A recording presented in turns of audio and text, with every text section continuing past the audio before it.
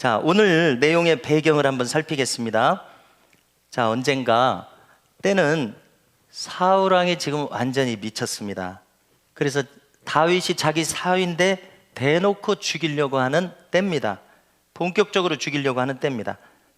그래서 아들 요나단과 신하들에게 죽이라고 명령을 내립니다.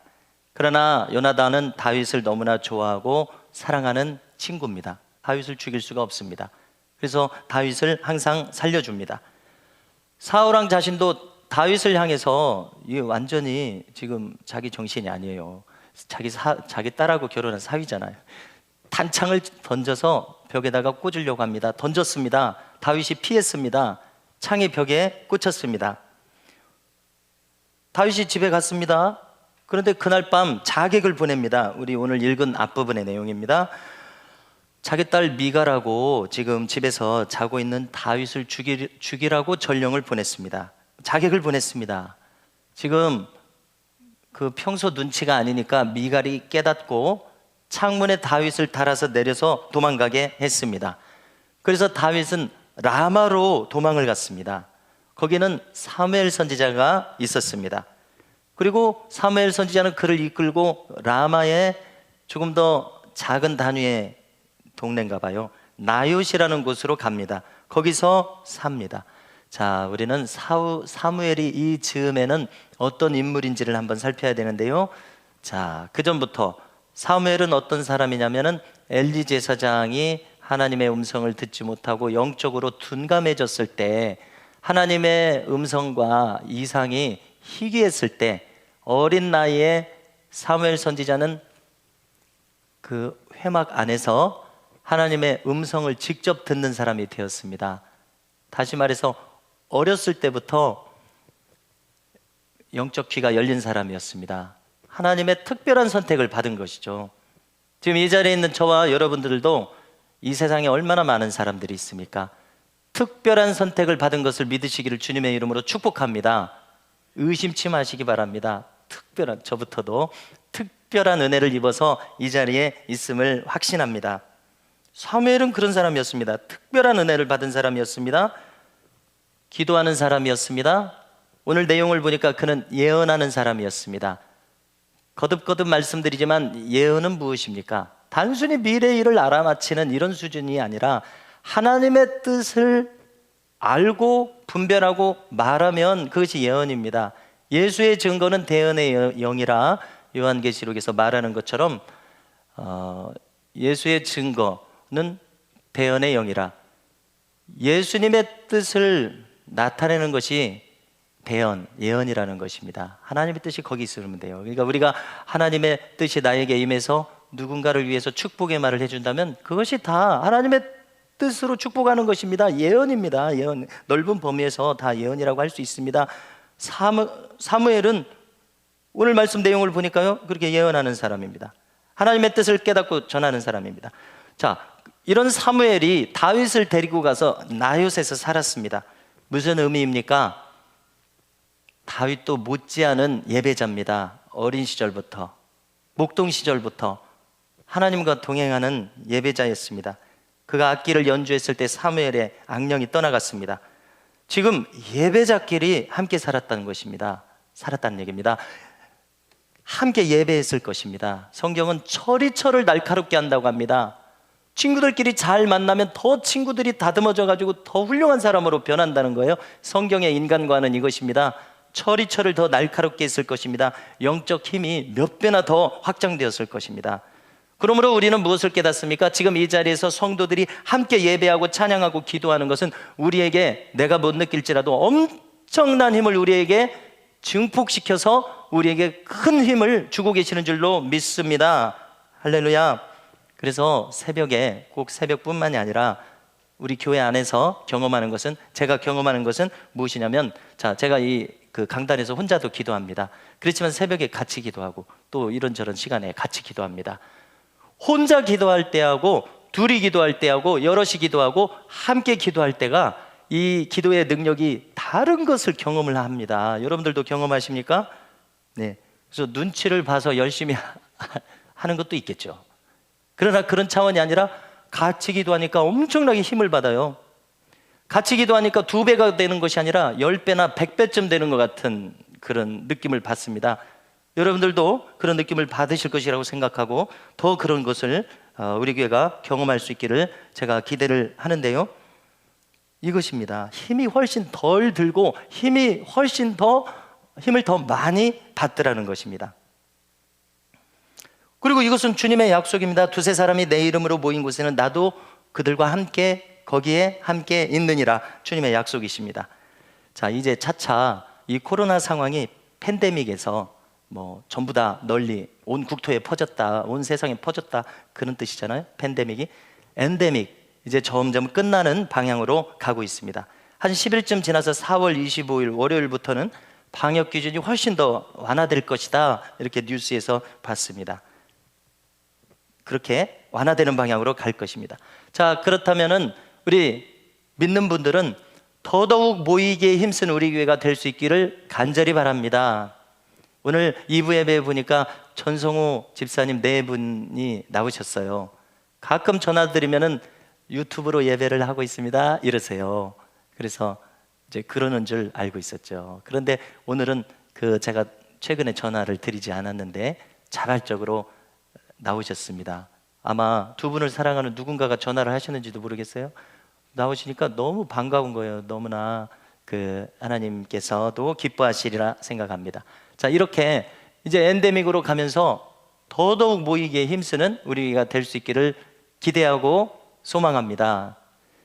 지나간 2년을 볼 때에 한 2가정 정도만 예배 출석을 못 하셨지, 우리 코로나 때 거의 다 우리 교회는 출석을 하셨습니다. 할렐루야. 정말 놀라운 일입니다. 예배를 사모하기 때문에, 이 자리를 사모하기 때문에, 하나님 은혜 받기를 사모하기 때문에 모든 교우들께서 다 그러신 거예요. 그러니까 하나님께서 그것을 받으셨으리라고 믿고 기뻐하시리라 믿습니다. 그래서 이미 모이기에 힘쓰고 있는데 더 모이기에 힘쓸 수 있기를 바라고요. 또 기대하기는 중고등부고 아동부고 우리 청년들이고 금요기도에도 나와서 힘있게 기도하고 이러면 얼마나 좋겠습니까? 오늘 이 라마나요과 같은 교회가 되었으면 좋겠다, 이런 내용으로 나누려다 보니까 정말 그렇게 되면 좋으리라. 하나님께서 은혜를 주시면 그렇게 될 수 있을 것입니다. 전도서 4장 12절에서도 한번 보여주십시오. 한 사람이면 패하겠거니와 2 사람이면 맞설 수 있나니 세 겹줄은 쉽게 끊어지지 아니하느니라, 이렇게 말씀하고요. 또 히브리서 10장 25절에서도 말씀합니다. 모이기를 패하는 어떤 사람들의 습관과 같이 하지 말고 오직 권하여 그날이 가까움을 볼수록 더욱 그리하자. 할렐루야. 네, 히브리서는 바울이 썼다고 확실하게 말할 수는 없다고들 합니다. 그렇지만 느낌상 바울이 꼭 쓴 것 같아요. 그래서 바울이라고 그냥 치고 무엇을 강조하고 있습니까? 그날이 가까울수록 주님을 기다리는 것이죠. 그럴수록 더욱 모이기에 힘쓰자, 이렇게 이야기를 하고 있습니다. 얼마 전 펜사콜라 브룬스빌 교회 부흥을 이야기했지만 한 2-3년 동안 3만 명에서 5만 명 정도밖에 안 되는 작은 군과 같은 그런 도시에 연 100만 명, 200만 명인가 방문을 하는 거예요. 너무나 날마다 막 회개하는 사람이 나오고 전도되는 사람이 나오고 또 병 고침 받는 사람이 나오고 막 중고등부 애들이 막 몇십 명 안 됐는데 막 700명으로 부흥되고 그 작은 동네에서요. 그런다 그러니까 전 세계에서 막 가는 거예요. 우리나라에서도 많이 갔대요. 지역적인 얘기입니다만은 그렇게 엄청나게 몰려드니까 그 여행사가 대박이 나는 거예요. 숙박업소가 대박이 나는 거예요. 교회에 성령의 불이 떨어지니까 교회하고 그 교회 다니는 사람일지도 모르죠. 주변 막 상권이 활성화돼 가지고 다 잘 먹고 잘 사는 데가 되는 거예요. 성령이 함께 하시면 이 떡고물이 이렇게 떨어지는 거예요. 물질적으로도. 할렐루야. 여러분, 우리 교회에 성령의 놀라운 은혜가 임하면은 예상치 못한 엄청난 은혜와 역사, 영육 간의 풍성함을 우리에게 주시리라, 이렇게 생각을 하게 됩니다. 없는 것이 좋으면은 기대 안 하셔도 됩니다. 없는 것보다는 있는 것이 훨씬 낫잖아요. 아무리 생각해도 영적으로, 육적으로 간에. 자, 이 라마나요시 어딘지 제가 지도를 준비했는데 그냥 넘어갔습니다. 한번 보여주시겠습니까? 예, 이렇게 예루살렘이 여기면은 기브아는 예루살렘으로 성막을 옮기기 전에 있었습니다. 그리고 라마의 나요트는 그 위에 이렇게 예루살렘과 아무튼 가까운 곳임을 우리가 알 수 있습니다. 대략 이렇게 봐도 한 40-50km 인근인 것 같습니다. 대략 그 이스라엘 지도를 늘 생각해 볼 때 감안을 하면은요. 자, 오늘 이 라마 나요트에서 다윗이 사무엘과 같은 노년의 영적 거장과 함께 지냈다는 것은 무엇을 의미합니까? 다윗도 영적으로 깨어있는 사람, 기도하는 사람이었지만 사무엘의 경험과 이 연륜에 이제 완전히 무르익었어요. 이것에 비할 바는 아닙니다. 지금 다윗은 약 20세의 약관의 청년입니다. 사무엘은 이제 노년의 풍부한 경험과 더욱 깊어진 영역을 가진 사람이었습니다. 자연 법칙은 힘은 위에서 아래로 많은 곳에서 적은 곳으로 흐르기 마련입니다. 가령 바둑을 둔다고 해도 고수가 하수에게 가르쳐주기 마련입니다. 마찬가지입니다. 하나님의 능력도 하나님의 높으신 능력에 의해서 우리에게 임해서 흘러내려옵니다.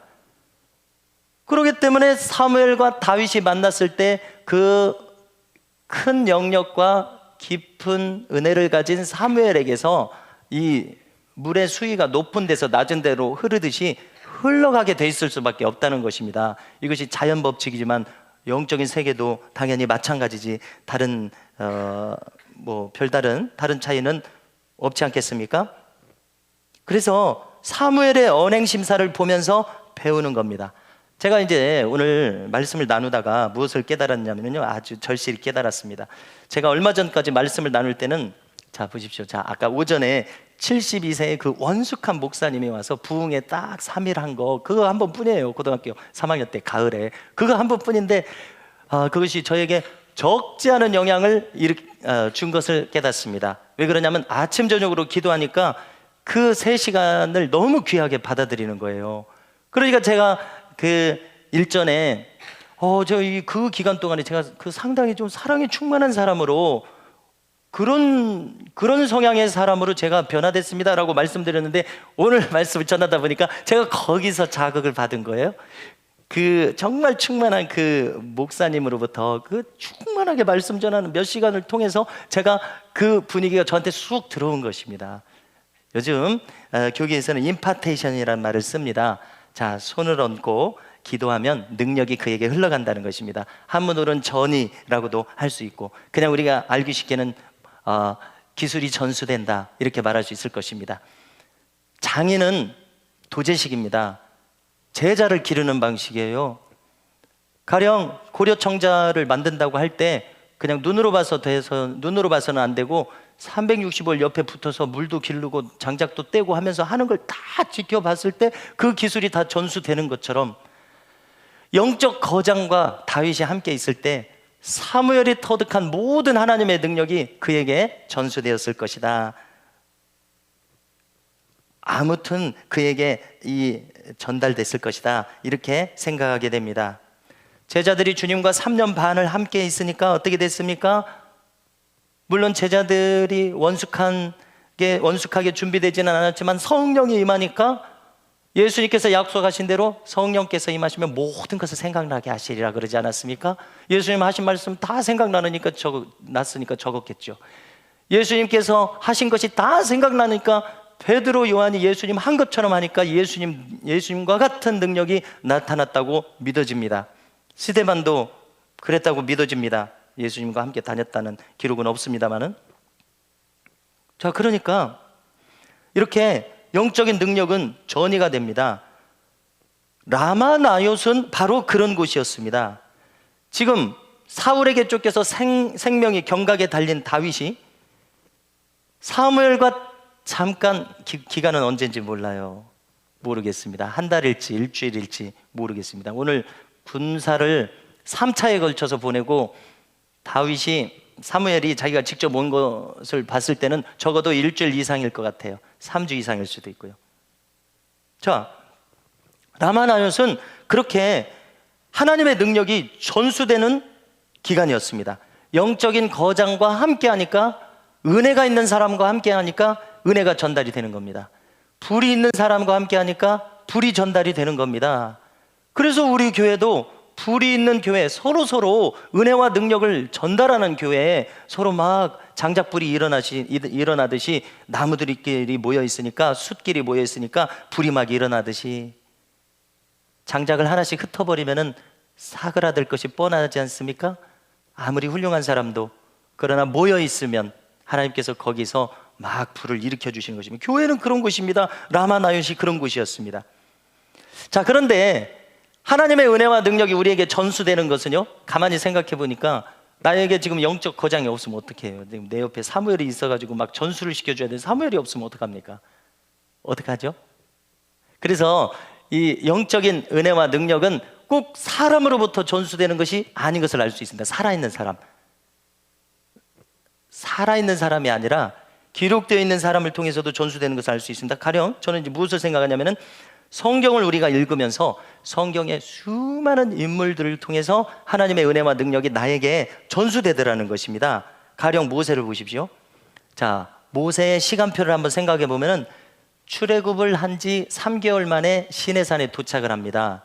그러면 시내산에 도착해서 출애굽기와 신명기를 보십시오. 무슨 일이 일어납니까? 시내산에 올라가서 10계명을 받아옵니다. 그러기 위해서 40일간 금식합니다. 그 다음에 밑에 내려왔더니 금송아지 우상을 섬기고 난리가 났어요. 그래서 10계명을 깨뜨렸습니다. 다시 또 받아와야 되잖아요. 천사가 기록해 줬다고 했습니다. 그리고 다시 받아오기 위해서 40일을 또 금식했습니다. 그 다음에 또 40일을 금식했어요. 모세가 40일 금식을 3번이나 한 것을 알 수가 있습니다. 그러면 여러분, 그 음식을 먹지 않는 금식이었는데, 이것은 40일 금식했다, 그 이면에는 뭐가 있는 겁니까? 자기 생명을 다해서 지금 하나님 앞에 나가는 겁니다. 그렇지 않습니까? 40만 명을 이끌어야 되는데 아무리 생각해도 인간에게 무슨 능력이 있습니까? 그러니까 하나님께서 지금 출애굽 10가지 재앙을 통해서 살아계심을 나타냈듯이 자기와 함께 하지 않으시면은 이 40만 명을 이끌 수가 없는 겁니다. 자, 제가 간간히 어떤 집회나 어떤 또 목사님들과 교제하면서 집회 참석하면은 또 이렇게 예언을 받을 기회가 있어요. 제가 삼각산에 기도하러 가서 그런 저런 기회가 있었다고 했잖아요. 근데 어떤 목사님이 저한테 기도하면서 이렇게 얘기하는 거예요. 많은 얘기도 안 해요. 그냥 저를 위해서 기도하시면서 모세의 지팡이가 쥐어져 있도다, 이렇게 얘기하고 넘어가는 거예요. 다른 사람한테 넘어가는 거예요. 그래서 제가 모세는 뭔가, 제가 아무리 제가 무식해도 모세는 큰 인물인 것은 알잖아요. 아, 그래, 모세 좋구나. 지팡이가 뭐지? 한참 생각해. 모세의 지팡이, 뭔가 좋은 말인 것 같은데 모세의 지팡이가 무슨 뜻일까? 무슨 뜻인 것 같습니까? 모세의 지팡이는 모세의 지도력을 말하는 것 같습니다. 지팡이를 들고 이스라엘 백성들을 이끌었으니까요. 그런데 이제 오늘 말씀을 보니까 이렇게 생각이 됩니다. 모세는 40만 명을 이끌 영적 능력이 자기에게 없어요. 그렇기 때문에 40일 금식을 하고 또 금식을 하고 또 금식을 해서 자기 생명을 다 드리면서 금식을 했을 때, 기도하면서 나아갔을 때, 그렇게 예배하면서 나아갔을 때 하나님께서 그에게 능력을 주신 줄로 믿습니다. 그러니까 저도 우리 미담교회에 오니까 막 기도해야 되겠다는 생각을 주시는 겁니다. 왜 그렇습니까?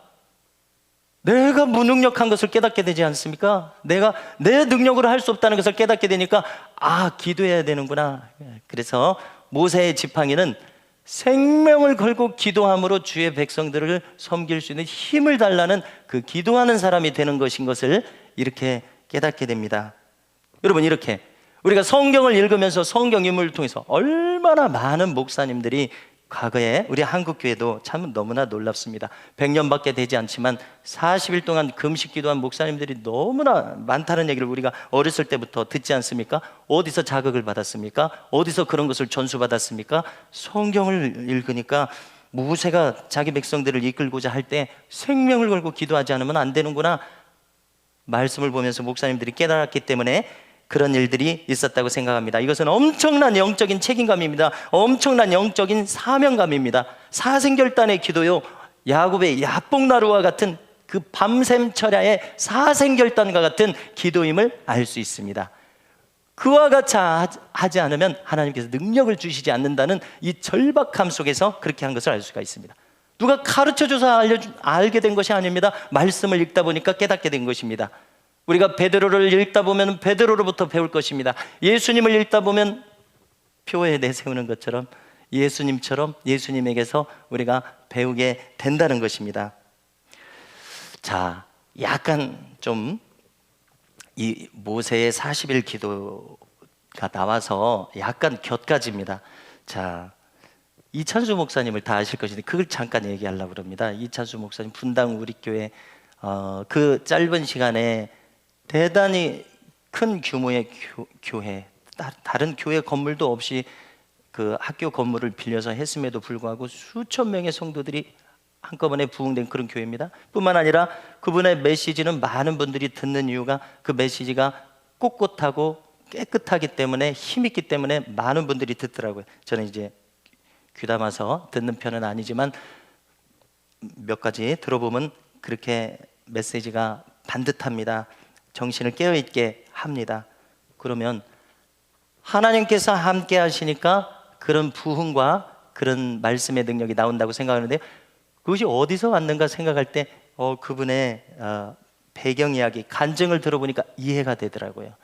무슨 얘기인가 하면은 그분의 아버지는 목사님이었습니다. 큰 교회 목사님이 아니었습니다. 평생 목회를 해도 100명도 안 넘는 겁니다. 그런데 그 목사님, 아버지 목사님은 엄청 기도를 하는 분이셨습니다. 근데 교회는 맨날 어려움이 많은 거예요. 교인들이 어렸을 때부터 맨날 교회에 뛰었는데 다 싸우는 거예요. 맨날 싸우는 것만 보는 거예요. 근데 그 아버지는 엄청 기도하는 분이었습니다. 근데 그 아버지가 40일 작정 기도를 했습니다. 금식 기도를 했습니다. 그런데 17일인가 18일째 금식 기도를 하시다가 돌아가셨습니다. 여러분들, 이렇게 결단을 하고 금식 기도를 하면 40일을 마치고 부흥하도록 하나님이 도와주셔야 하지 않습니까? 그런데 돌아가셨어요. 그러니까 이 목사님의 어머니가 이찬수, 청소년 이찬수를 불렀습니다. 불러가지고 뭐라고 했냐면은, 아버지가 기도로 뿌리신 이 기도의 씨앗을 누군가는 거둬야 되는데 네가 거두도록 해라. 네가 목회자가 돼서 네가 거두도록 해라. 청소년 이찬수에게 그렇게 어머니도 너무 대단하신 분인 것 같아요. 기도가 쌓이는 것과 그것이 열매 맺는 그 원리를 아시는 분 같아요. 그래서 제가 이해가 됐습니다. 깨달아졌습니다. 이찬수 목사님이 말씀을 전할 때 상당히 투박하고 상당히 거칩니다. 그 표정이 뭐 그렇게 온화하지도 않아요. 그런데 하나님께서 함께 하시고 역사하시니까 엄청나게 부흥하고 그 메시지에 많은 사람들이 갈증을 해가라는 것을 이렇게 엿보게 됩니다. 그래서 이걸 어떻게 해석해야 됩니까? 생명을 건 아버지의 기도가 그 아들을 통해서 열매를 맺고 있구나, 이렇게밖에 해석이 안 됩니다. 그렇습니다. 성도 여러분, 우리가 아침에 기도할 때 별로 그렇게 이 기도가 역사할까, 언제 이 기도가 들어질까 이런 생각이 들었는지도 모릅니다. 우리 몇 사람 안 되는 것 같은데 이 기도가 무슨 효력이 있나, 나 혼자 기도할 때 이 기도가 무슨 능력이 있을까, 하나님이 듣고는 계실까. 가령 예를 들어서 영으로 막 기도를 합니다. 방언 기도를 합니다. 무슨 뜻인지도 모르고 하는 거예요. 무슨 뜻인지 모른다고 돼 있잖아요. 모르고 하는 거예요. 막 아이고 저 목사님은 저 뜻을 다 해석이 돼가면서 하나 보다. 그렇지가 않고 무슨 뜻인지도 모르고 막 하는 겁니다. 장시간 동안. 그러면 이게 무슨 열매가 있나? 그렇지 않다는 것을 우리가 깨달아야 되겠습니다. 하나님께서 주 안에서 하게 하시는 기도는 반드시 열매를 맺는 기도인 줄 믿습니다. 땅에 떨어지는 기도가 하나도 없는 것을 믿습니다. 이런 사례들을 통해서 말입니다. 하나님의 약속을 통해서 말입니다. 자, 이제 다시 이 라마나옳, 영적인 거장 사무엘에게로 돌아가서요, 다윗은 사무엘의 영역을 전수받았습니다. 뿐만 아니라 이곳은 선지자 학교였습니다. 자, 신학교라고 하지 않고 선지자 학교라고 말하고 싶습니다. 자, 왜냐하면은 이건 짧게 이야기하겠습니다. 오늘날 신학교에 인본주의 신학이 많습니다. 불 받아가지고 신학교에 왔는데 불이 꺼지는 경우가 많아요. 왜 그렇습니까? 불을 끄니까 꺼졌겠죠. 뭔가 불을 끄는 요소가 있는 거예요. 그러니까 여기 이 사울의 이 선지자의 무리들의 이 모여 있는 곳을 신학교라고 하기보다 그냥 선지자 학교라고 부르고 싶어집니다. 여러분, 거듭 거론되지만 불이 있어야 불이 전수됩니다. 그래서 경험하는 것은 무엇이냐면, 지금까지 경험하는 것은 무엇이냐면, 하나님께서 쓰시는 종은 하나님께서 직접 키우신다는 것을 깨닫게 됩니다.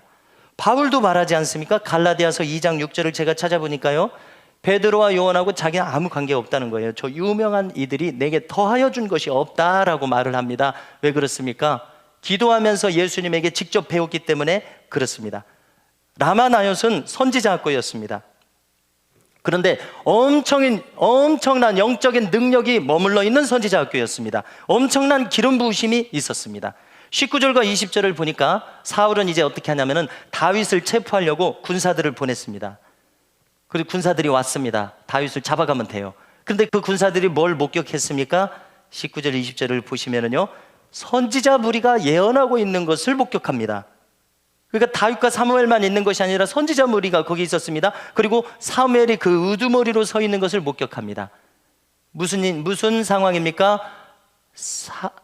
사무엘이 영적 스승이 되어서 거기 모여있는 선지자 무리들, 거기 다윗도 있습니다. 한쪽에 그들에게 인도자가 돼서 그들을 이끌고 있는 그런 모습입니다. 그런데 놀라운 것은요, 그 영적인 힘, 영력, 그 기름 부심이 얼마나 강했는지 다윗을 잡으러 온 군사들이 성령의 감동이 됩니다. 그래서 그들도 선지자가 되어버립니다. 여러분, 무슨 소리입니까? 어떻게 그들이 한순간에 군인들이 선지자가 되겠습니까? 무슨 뜻이겠습니까? 그 순간 선지자의 기름 부으심이 넘치도록 그들에게 일시적으로 임한 것입니다. 그런데 그들에게 선지자의 기름 부음이 임했을 때 이어지는 내용을 보니까 다시는 전과 같은 사람들이 아니게 된 것을 알 수가 있습니다. 왜냐하면 그들이 사울 왕에게 돌아가지 않은 것 같아요. 왜냐하면 사울 왕이 다시 2차로 다윗을 체포하라고 군사들을 보냅니다.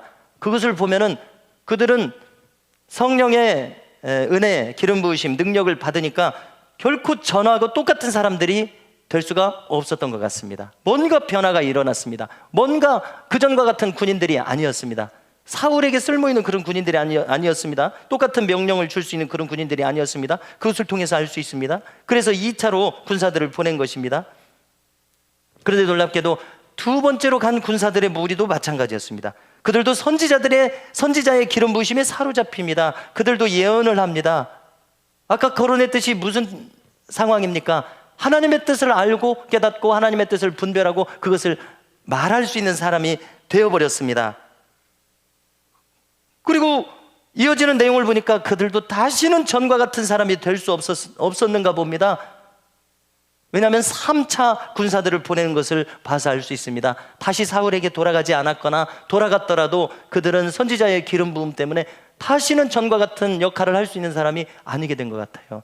사무엘과 머물러 있을 수도 있지만 그 후속 내용은 나오지 않았습니다. 그렇지만 다시는 전과 같은 기능을 할 수 있는 사람들이 아니었던 것 같습니다. 사울이 3차로 군사를 보냈습니다. 어떻게 되었을 것 같습니까? 그랬더니 그들에게도 선지자의 기름 부으심이 임해서 사로잡힙니다. 사울은 이제 비로소 깨달았던 것 같습니다. 이렇게 보내서는 안 되는구나. 4차, 5차 보내면 보낼수록 그들에게 그들이 다 선지자의 무리가 되어버리는구나. 그렇게 생각했는가 봐요. 그래서 직접 자기가 갔습니다. 어떻게 되었을까요? 사울은 지금 악령에 사로잡힌 사람입니다. 근데 자기가 직접 갔습니다. 직접 해결하려고. 어떻게 되었을까요? 네, 오늘 내용에 있습니다. 놀랍게도 사울도 예언을 하는 사람이 됩니다. 23절을 보니까요, 하나님의 영이 그에게도 임하시니 그가 라마나요스에 이르기까지 걸어가며 예언을 하였으며 라고 말씀합니다.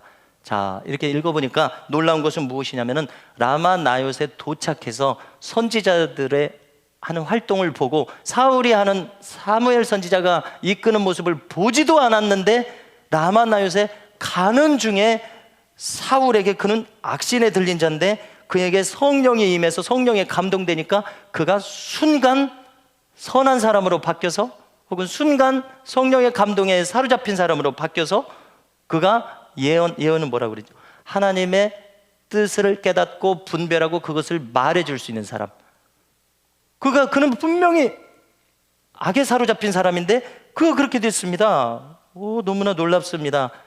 그런 사울을 장악하고 있는 그런 악신쯤은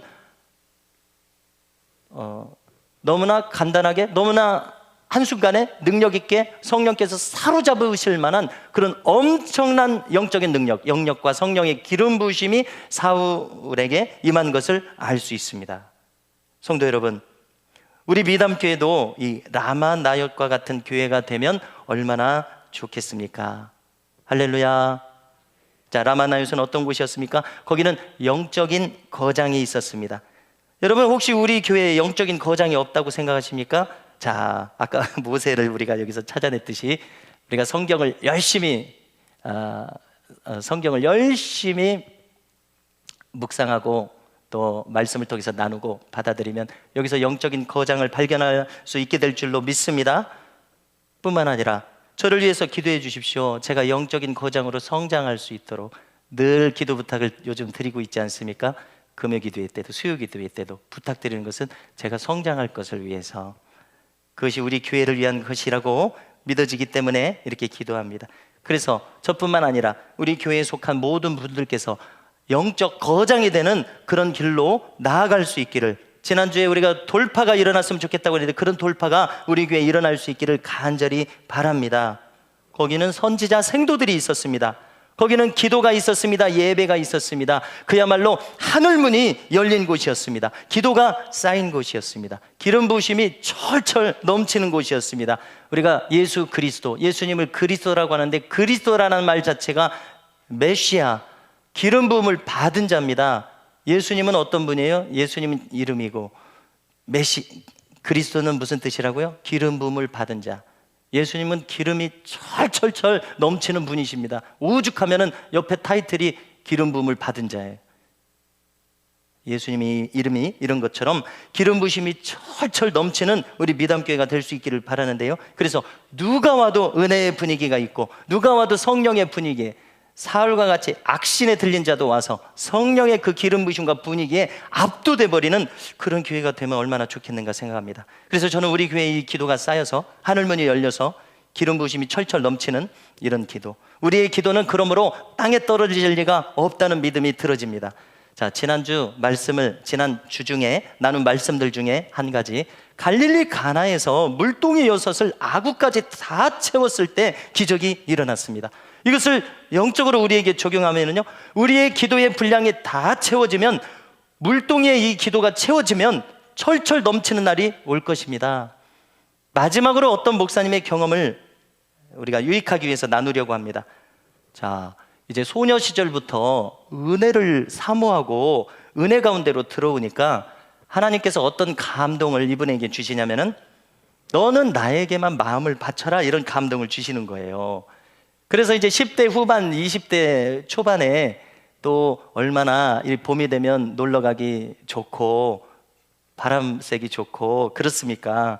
그런데 어떤 감동을 주시냐면은 5월 5일 어린이날, 5월 달에 이 빨간 날이 얼마나 많아요. 그러면 그 무슨 감동을 주시느냐? 친구들하고 몰려다니면서 놀게 하시지는 않고 너는 내 앞으로 나와서 기도를 해라, 산에 올라가서 기도를 하게 시키시는 거예요. 그분의 이 간증에. 그러면 이제 산에 올라가서 기도를 하는데 소리를 지르면서 기도를 하라고 하시는 거예요. 그래서 소리를 지르면서 기도를 합니다. 이렇게 해서 20대를 보내게 하시는 거예요. 20대를 보내게 하시는데, 자, 환상인지 꿈인지 이제 또 어떻게 이야기를 하시냐면은 댐을 보여주시는 거예요. 댐을 보여주시는데 물이 아직 안 찼다고 이야기를 하시는 거예요. 물이 아직 안 찼다. 그러니까 물이 찰 때까지 계속 더 기도해라. 그래서 이제 다음 환상인지 꿈인지가 임할 때까지 또 1년이 지나가는 거예요. 1년이 지나갔는데 또 댐을 보여주시는 거예요. 댐을 보니까 물이 거의 찼지만 흘러넘치지는 않는 거예요. 그러니까 또 기도하라고 하시는 거예요. 계속 기도해라. 그랬더니 또 1년이 지나가는 겁니다. 3년째 되니까 댐에 물이 철철철 넘치기 시작합니다. 이것으로 끝난 것이 아니라 무엇이라고 얘기하냐면, 이제부터는 네가 사람들에게 내 이름으로 손을 얹고 기도해라. 그러면 무슨 병이든지 낫게 될 것이다. 무슨 귀신이든지 쫓겨나갈 것이다. 다만 죄를 짓지 말아라. 죄를 지으면 내가 역사하지 않을 것이다. 능력이 거두어질 것이다. 인간 힘으로 죄를 안 지을 수는 없다. 그렇다면 즉시 회개해라. 그러면 너에게 능력이 계속해서 머물 것이다. 내가 항상 함께 할 것이다. 그래서 제가 이 목회 간증들을 읽어봤을 때, 아, 그렇구나. 이 목사님에게는 하나님의 능력이 임하는데 3년 동안 기도의 분량이 차야 되는구나. 이렇게 배우게 되는 거예요. 그런가 하면은요, 김익도 목사님은 예수님과 같은 능력이 임해서 성도를 위해서 기도했을 때, 낫기를 원했을 때 작정 기도 일주일 만에 그분의 그 간증 책을 전기문을 읽어보면 작정 기도 일주일 만에 예수님과 같은 능력이 열립니다. 또 이용도 목사님에 대해서도 나눴죠. 그분은 겨울 한 시즌을 저 설악산 금강산 가까이 들어가서 눈을 맞으면서 어떤 청년하고 가서 기도했습니다. 겨울 한 시즌 기도하고 나니까 예수님과 똑같은 능력이 임했습니다. 영안이 열렸습니다. 성도 여러분, 아까 우리가 임파테이션을 거론했는데요, 지난주 우리는 어떻게 하면 영적인 돌파가 일어나는지를 다뤘습니다.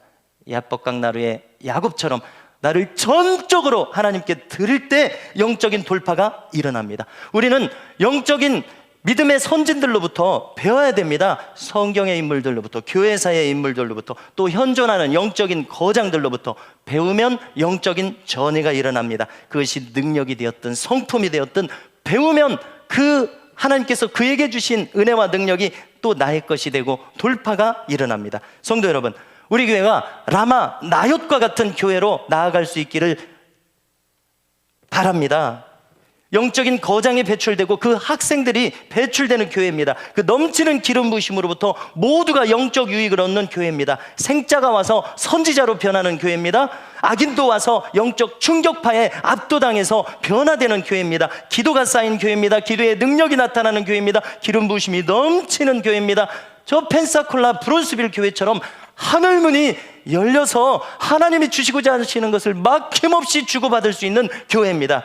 마치 물동이를 아구까지 채웠을 때 주님의 역사가 일어난 것처럼 우리 교회에 기도의 분량, 믿음의 분량, 예배의 분량, 충성의 분량, 헌신의 분량을 채워서 사렙다 과부의 기름병이 마르지 않은 것처럼, 예수님이 직접 말씀하신 것처럼 그 배에서 생수의 강이 흘러나리라, 이 흘러 넘쳐서 마르지 않는 샘물이 우리에게 임하는, 얼마나 좋습니까? 이와 같은 역사가 우리 교회에게 임하시기를 주님의 이름으로 축복합니다.